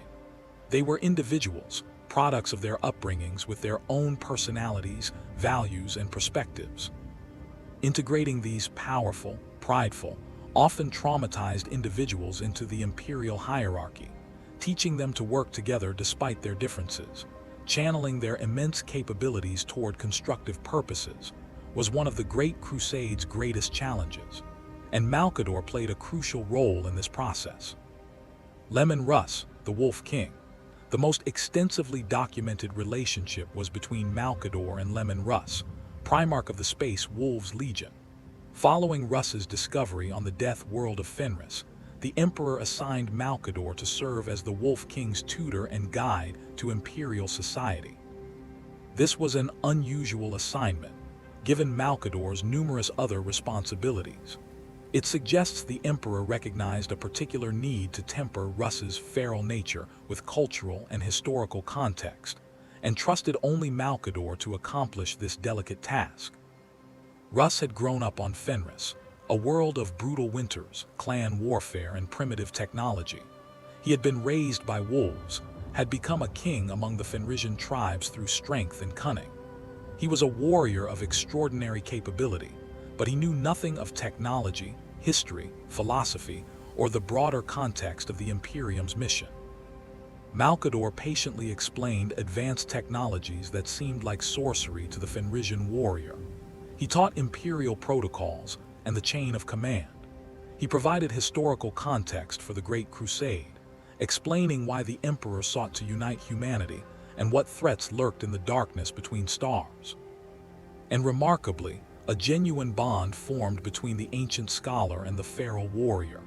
Despite their radically different natures, one devoted to contemplation and administration, the other to action and combat, they developed mutual respect and something approaching friendship. Russ's own writings, preserved in the saga of the Wolf King, describe Malcador. The old man spoke to me as a grandfather might to a favored grandchild, with affection tempered by wisdom and occasional stern correction. He never treated me as a beast to be tamed or a weapon to be wielded, but as a man to be educated. I learned more from him than from any other save the All-Father himself. This relationship would prove crucial in later years. When the Horus heresy erupted and trust between brothers shattered, Russ would remain absolutely loyal to the Emperor in part, because Malcador had taught him to see beyond personal grievances to larger duties. The Wolf King understood that he served not for glory or personal satisfaction, but because humanity's survival demanded it. Rogel Dorn, the Praetorian. Malcador's interactions with Rogel Dorn, Primarch of the Imperial Fists, were more limited but characterized by immediate mutual respect. Dorn was a builder and administrator as much as a warrior, someone who understood that lasting conquest required strong foundations. Archival records indicate cordial and productive exchanges focused on practical matters, fortification designs, logistical systems, and governance structures for newly compliant worlds. Dorn appreciated Malcador's methodical approach and attention to detail, while Malcador valued Dorn's straightforward honesty and commitment to duty above personal glory. This relationship would become crucial during the Siege of Terra, when Dorn as Praetorian of Terra and Malcador as Imperial Regent would work in close coordination to defend humanity's birthworld against the traitor forces. Robout Guilliman, the Avenging Son. Perhaps the most intellectually productive relationship was with Robout Guilliman, Primarch of the Ultramarines. Guilliman had been raised on Macragge, a world of Greco-Roman culture and sophisticated governance. Unlike many Primarchs who were primarily warriors, Guilliman was a statesman and administrator who understood that military victory was only the first step toward lasting peace. Extensive records document meetings and communications between Malcador and Guilliman, discussing administrative systems, civilian infrastructure development, and governance philosophy. Many of the innovations later attributed to Guilliman's Codex Astartes and his governance of the 500 worlds of Ultramar show clear influence from administrative systems Malcador had established on Terra. The two men, one ancient and purely human, the other young by perpetual standards and transhuman, shared a vision of the Imperium as not merely a military empire, but as a civilization that could elevate humanity to heights not seen since the dark age of technology. In one particularly revealing exchange preserved in the Ultramar archives, Guilliman writes to Malcador, "You and I understand what many of my brothers do not. That conquest is easy, governance is hard, and only through effective governance can the gains of conquest be preserved. The Emperor has given us the galaxy.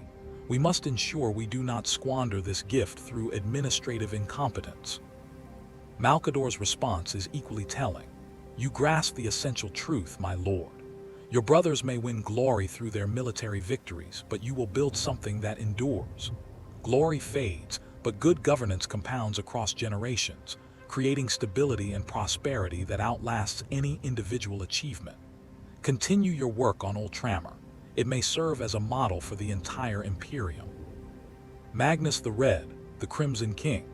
The relationship with Magnus the Red, Primarch of the Thousand Suns Legion and the most powerful psyker among the Primarchs, was extensive but fraught with tension.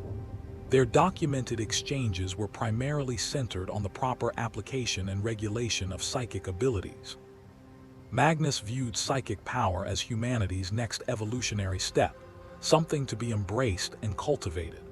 He believed that with proper understanding, psychers could wield the energies of the warp safely, and that prohibitions against psychic development were primitive superstition. Malcador, with millennia of experience observing the dangers of uncontrolled psychic power, advocated for extreme caution. He had lived through Old Night, had seen entire worlds consumed by warp incursions triggered by untrained psychers. He understood that the warp was not merely a tool to be wielded, but an ocean of predatory entities that would exploit any opening to invade real space. Their debates on this subject, preserved in fragmentary form in several archives, reveal two powerful intellects arguing from fundamentally different premises. Magnus believed in progress through knowledge, confident that understanding would lead to mastery. Malcador believed in caution born of bitter experience, certain that some knowledge was too dangerous to pursue. This philosophical conflict would have catastrophic consequences. When Magnus attempted to warn the Emperor of Horus's betrayal by sending a psychic message directly through the warp, violating the Emperor's explicit prohibition, he shattered the psychic shields protecting the Emperor's webway project beneath the Imperial Palace, allowing demonic entities to pour through into real space. This single act of well-intentioned disobedience would doom the Emperor's grand plan to free humanity from dependence on warp travel, and would ultimately necessitate Malcador's sacrifice upon the Golden Throne. Notable absences. What is striking in reviewing the historical record is the relative absence of documented interactions between Malcador and several Primarchs, who would later turn traitor, particularly Horus, Fulgrim, and Perturabo. Whether this indicates actual limited contact or subsequent redaction of records remains a subject of scholarly debate. It is possible that records of Malcador's interactions with traitor Primarchs have been deliberately expunged from the archives as part of the broader damnatio memoriae, the condemnation of memory, that followed the heresy. Alternatively, it may simply reflect that these Primarchs, focused primarily on military campaigns and glory-seeking, had little interest in the administrative and diplomatic matters that occupied much of Malcador's attention. Whatever the cause, the pattern is suggestive. The Primarchs with whom Malcador established strong relationships, Russ, Dorn, Guilliman, Sanguinius, would all remain loyal during the heresy. Those with whom he had limited or contentious contact, Magnus, Angron, Kurz, Lorger, would betray the Emperor. Correlation is not causation, and many factors contributed to each Primarch's choice during the heresy. But it is worth noting that Malcador's influence, his patient teaching, his provision of historical context, his emphasis on duty over glory, may have been a stabilizing force that helped anchor the loyalist Primarchs to the Emperor's cause. Chapter 6, Prelude to Betrayal. The following section is adapted from the Inquisitorial Historical Analysis, Prelude to Betrayal, classified Vylon Omega, with supplementary material from the Librarius Omnes and fragmentary records of the Council of Nicaea. As the Great Crusade reached its height in the early decades of the 31st millennium, the Imperium of Man appeared to be at the zenith of its power and glory. Hundreds of expeditionary fleets pushed ever outward into the galaxy, bringing dozens of human-settled worlds into compliance each month.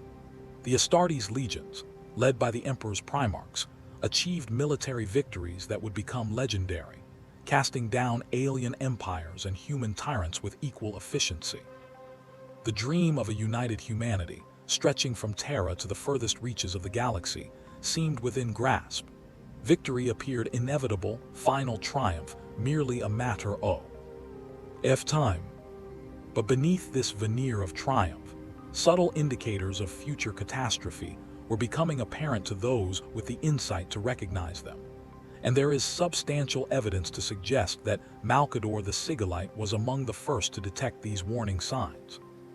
His position at the nexus of imperial governance, combined with his exceptional psychic sensitivity and millennia of experience observing human nature, gave him a unique perspective on the underlying tensions developing within the Imperium's power structures. The Chronica Imperialis, a meticulously maintained administrative record of the Great Crusade period, accessible only to those with appropriate clearance, documents Malcador's growing concerns as early as 940 M30, more than 60 standard years before the outbreak of open rebellion. Entries during this period show a marked increase in Malcador's requests for detailed reports on various expeditionary fleets, particularly those led by the Primarchs Angron and Conrad Kurz. These requests, ostensibly made for standard administrative purposes, appear in retrospect to have been early monitoring of concerning behavioral patterns. Angron, discovered on the gladiatorial death world of Nuceria, had been fitted with the butcher's nails, archaeotech implants that stimulated aggression while suppressing higher reasoning and emotional control. These implants were slowly killing him, driving him toward berserker rage, and making him increasingly unsuited for the nuanced work of bringing worlds into compliance. Reports from worlds complied by Angron's World Eaters Legion showed a disturbing pattern: excessive civilian casualties, wholesale destruction of infrastructure, and populations that complied through terror rather than genuine acceptance of imperial rule. These worlds were pacified, certainly, but at enormous cost and with no foundation for stable long-term governance. Conrad Kurz, the Night Haunter, presented a different but equally troubling pattern. Raised in the crime-ridden darkness of Nostromo, Kurz had become a monster who enforced order through terror and savage punishment. His methods were effective. Worlds complied quickly when faced with the threat of his Night Lord's Legion, but the compliance was born of fear rather than understanding. More disturbing were reports of Kurz's mental instability, prophetic visions of death and betrayal, periods of violent psychosis, and a growing nihilism that questioned whether humanity was worth saving. Most telling are the sealed psychic communications between Malcador and the Emperor, partially preserved in the Librarius Omnes. These fragmentary records, heavily encrypted and accessible only to those with the highest clearances, reveal Malcador repeatedly bringing concerning reports to the Emperor's attention.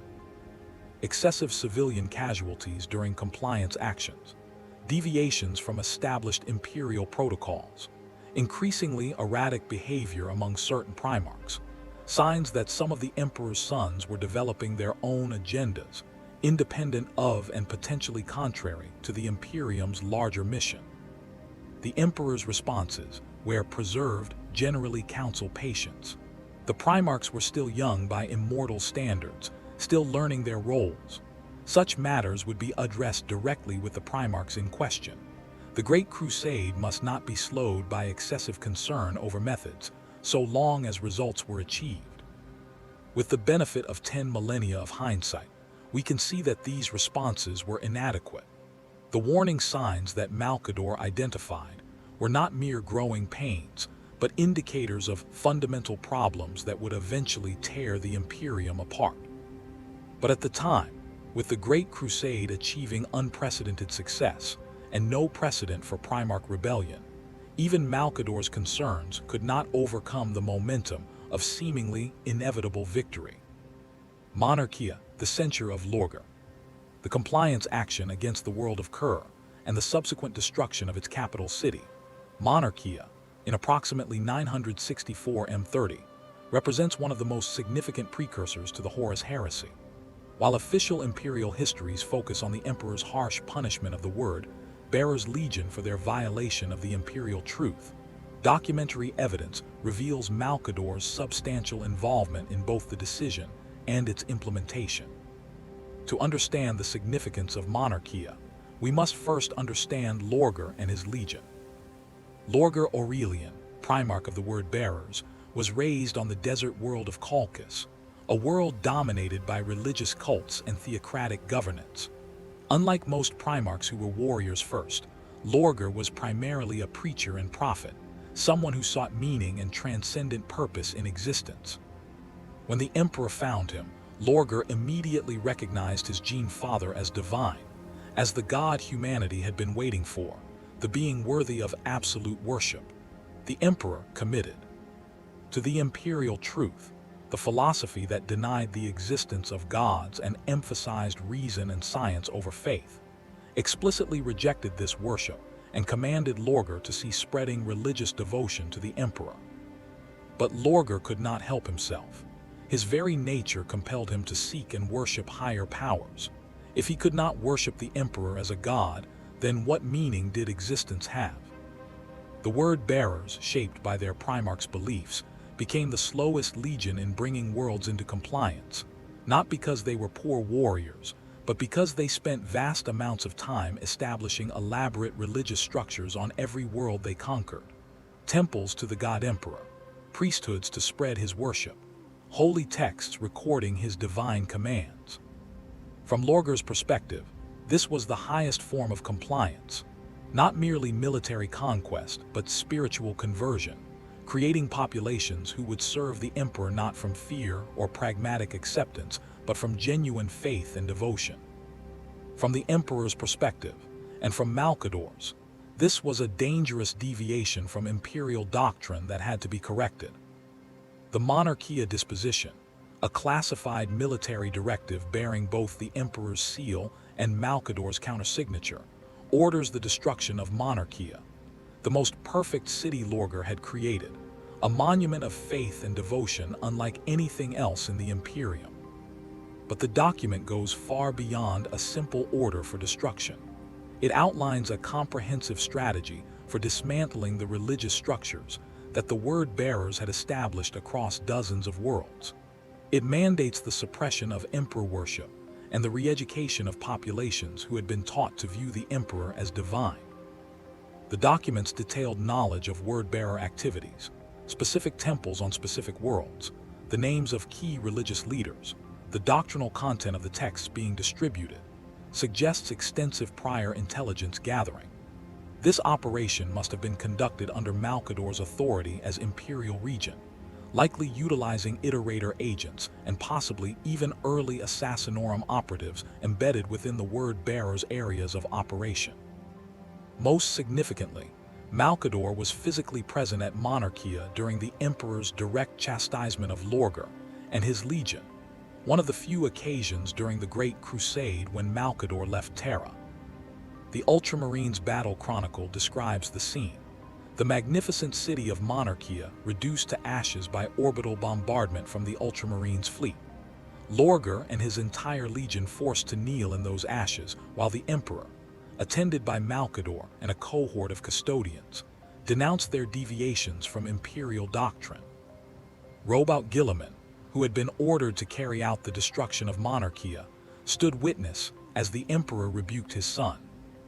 "You have wasted decades spreading superstition and ignorance when you should have been bringing the light of science and reason to humanity. You have taught populations to worship me as a god when I have explicitly commanded that there are no gods. You have failed in your duty, and this, gesturing to the burning ruins, is the consequence of that failure." Lorgar, devastated by this rejection, would never recover.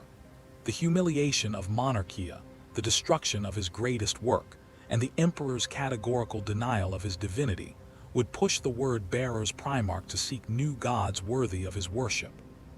He would find them in the ruinous powers of chaos. In his subsequent report to the Council of Terra, Malcador described the Monarchia censure as regrettably necessary but potentially insufficient to redirect the Primarch's energies toward more productive channels. This assessment would prove tragically prescient. Rather than correcting Lorgar's behavior, the humiliation of Monarchia pushed him not toward compliance, but toward active search for alternative powers to serve. Within a few short years, the word-bearers would become the first legion to knowingly embrace chaos, and Lorgar would become one of the architects of the Horus heresy. Some historians have argued that the censure of Monarchia, the public humiliation of a Primarch and his legion, was a strategic error that contributed to the heresy. Others maintain that Lorgar's fall was inevitable given his nature, and that action needed to be taken before emperor worship spread beyond the word-bearer's areas of operation. What is clear is that Malcador, at least, recognized the risks. His report explicitly states concern that the censure might prove insufficient, and notes that close monitoring of the word-bearers would be necessary in the coming years. Whether such monitoring actually occurred, and if so whether it detected the word-bearer's corruption, remains unknown. If surveillance was implemented, either it failed to detect the danger or the warnings it generated were not acted upon in time. The Council of Nicaea, the Librarian Edict. The Council of Nicaea, convened in approximately 1M31 to address the growing controversy over the use of psychic powers within the Astartes legions, represents another critical juncture, where Malcador attempted to mitigate emerging threats to imperial stability. The controversy had been building for years. Magnus the Red had been openly training his 1,000 sons in the use of sorcery, not merely psychic abilities, but actual warp craft, rituals and techniques that drew heavily upon the denizens of the Imperium. He believed that with proper understanding and discipline, even the most dangerous aspects of warp manipulation could be safely employed. Other Primarchs, particularly Mortarion of the Death Guard and Lemon Russ of the Space Wolves, viewed all psychic power with deep suspicion. They had seen Psykers lose control, had witnessed the horrors that resulted when warp entities possessed human hosts. They argued that any use of psychic abilities was inherently dangerous and should be prohibited within the legions. The Emperor, concerned by these divisions and by reports of dangerous psychic experimentation, convened the Council of Nicaea to establish definitive policy. While official histories focus on the Emperor's ruling, the Edict of Nicaea, which severely restricted the use of psychic abilities within the legions, Malcador's behind-the-scenes influence was substantial. The Nicaea transcripts, preserved in the archives of the Grey Knights chapter, detail Malcador's testimony before the assembled Primarchs and Legion representatives. His presentation was characteristically thorough, outlining both the potential benefits of controlled psychic development and the catastrophic risks of unregulated psychic activity. He cited historical precedents from Old Night, worlds consumed by demonic incursions triggered by untrained psychers, psychic plagues that had killed billions, possession events that had turned entire populations into puppets of warp entities. But he also acknowledged the potential benefits: enhanced communication, reconnaissance capabilities, defensive applications against warp-based threats. Psychic abilities, properly trained and carefully controlled, could be valuable tools in the Imperium's arsenal. Most notably, Malcador advocated not for the complete prohibition of psychic powers, but for a rigorous system of training and oversight, a middle path between the positions advocated by Magnus the Red and Mortarion. Communications between Malcador and several Primarchs in the days preceding the Council reveal the Sigillite's attempts to build consensus for this moderate approach. These records show Malcador specifically warning that an outright ban would simply drive psychic practices underground, where they would develop without proper safeguards or supervision.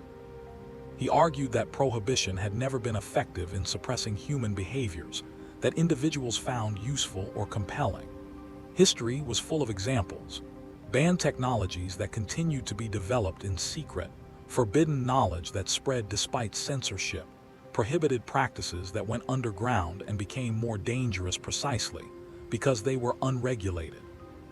Better, he argued, to acknowledge reality and create regulated channels for psychic development, channels that could be monitored, that could enforce strict safety protocols, that could identify and eliminate dangerous practices before they caused catastrophic harm.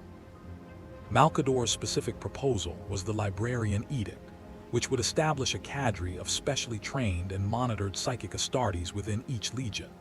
These librarians would serve both as battlefield assets and as internal monitors for psychic or warp-based threats. They would be trained according to standardized protocols, subject to regular psychological evaluation, and required to report any signs of corruption or dangerous experimentation. The Emperor, however, ruled against this moderate approach. The Edict of Nicaea categorically prohibited the use of psychic abilities within the legions, with the exception of astropaths and navigators, whose abilities were essential for interstellar communication and travel. This decision went directly against Malcador's recommendations, a rare instance where the Emperor overruled his most trusted advisor on a matter of crucial importance. In a sealed report to the Emperor following the Council, Malcador wrote, "The suppression of knowledge is rarely preferable to its proper regulation. I fear we have closed our eyes rather than learning to see clearly. If psychic power is forbidden, it will not disappear. It will merely become hidden, and what develops in secret will be far more dangerous than what could have been monitored and controlled." This assessment would prove horrifyingly accurate. The Thousand Sons, rather than abandoning their sorcerous practices, continued them in secret. Magnus, feeling betrayed and contrite, ined by what he saw as primitive superstition, became increasingly isolated from his brothers and from imperial authority. When he would later attempt to warn the Emperor of Horus's betrayal, sending his message through the warp in direct violation of the Edict of Nicaea, he would inadvertently doom the Emperor's Webway project and set in motion the chain of events that would necessitate Malcador's ultimate sacrifice. The librarian edict that Malcador proposed, though initially rejected, would eventually be implemented in modified form after the Horus Heresy. The Codex Astartes, compiled by Robert Guilliman, established librarious departments within each chapter, staffed by specially trained psychic space marines subject to strict protocols and monitoring. This vindication came too late for Malcador to witness, but it stands as testament that his understanding of human nature and institutional design was superior even to the emperor's in certain respects. Sometimes the wisdom of ages surpasses even the insight of divinity.